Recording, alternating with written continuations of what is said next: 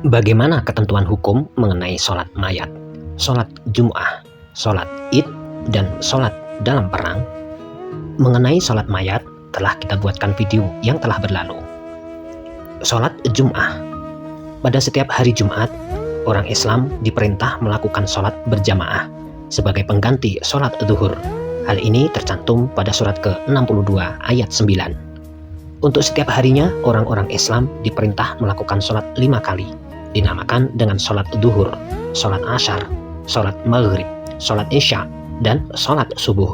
Ketentuan ini termuat pada surat kedua ayat 238, surat ke-11 ayat 114, surat ke-17 ayat 78, surat ke-20 ayat 130, dan surat ke-30 ayat 17.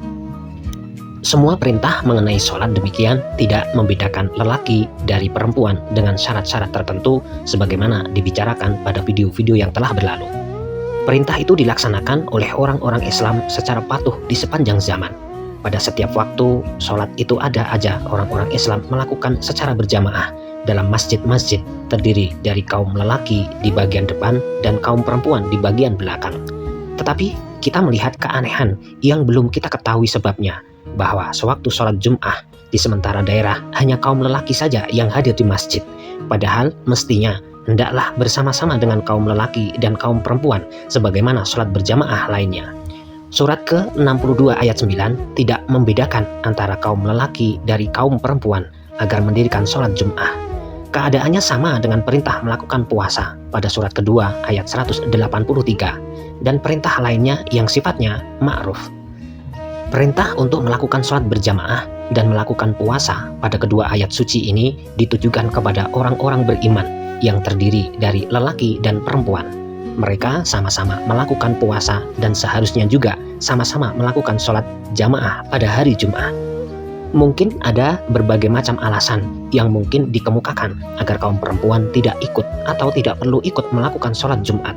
Tetapi alasan-alasan itu hanyalah pendapat-pendapat yang tidak boleh dijadikan dasar hukum dan sungguh bertentangan dengan ketentuan Allah pada surat ke-33 ayat 36 dan surat ke-4 ayat 65. Sementara itu, alasan-alasan tersebut tidak mereka pakaikan untuk sholat berjamaah setiap hari di masjid-masjid dan sholat Id, waktu mana kaum lelaki dan kaum perempuan melakukan sholat bersama-sama.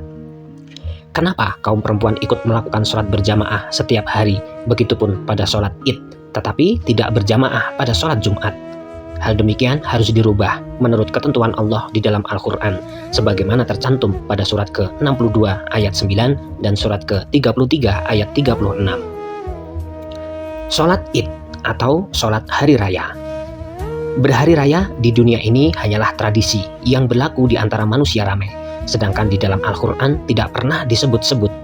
Istilah Id hanyalah tercantum pada surat ke-5 ayat 114, artinya lebaran atau pesta yang akan dilakukan Isa Al-Masih bersama para pengikutnya.